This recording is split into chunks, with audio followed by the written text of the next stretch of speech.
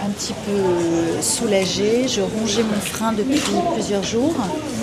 C'est difficile de supporter cette défense pleine de manœuvres dilatoires pour essayer de gagner du temps. C'est difficile d'entendre raconter son histoire autrement, falsifiée, tordue dans tous les sens, et puis de la spectatrice de ça.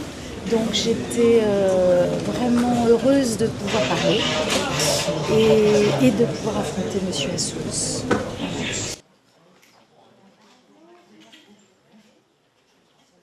Je pense que je suis tranquille. Quand on a la vérité, quand on connaît son histoire, il n'y a absolument pas de raison de s'énerver. Je la connais par cœur, l'histoire.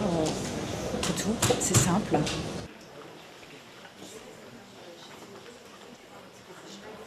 C'était plus difficile d'affronter Jérémy Assous que Gérard Depardieu, parce que Gérard Depardieu, je l'avais quand même affronté. J'avais dû continuer à travailler avec lui sur un film après l'agression, mais j'ai pas peur de Gérard Depardieu, mais j'ai pas peur de Jérémy Assous non plus.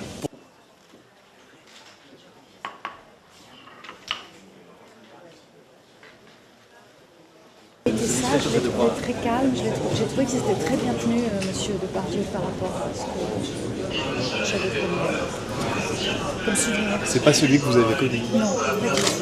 Vous pouvez nous expliquer la différence? Le calme. Je pense qu'il a quand même pris conscience de la gravité de la situation et il est en train de changer. Qu'est-ce que vous attendez de Fanny?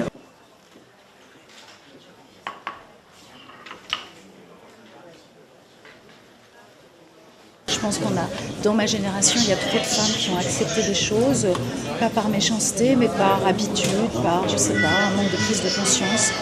Moi, peut-être que j'avais besoin de me retrouver comme m'agresser pour prendre conscience de ça et de maturer justement pendant longtemps, peut-être 2 ans, pour comprendre qu'il fallait se positionner là-dessus.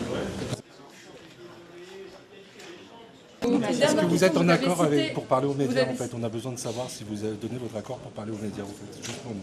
On a appelé à... Ah oui, bah oui, regardez, oui, j'ai parlé, oui. Super.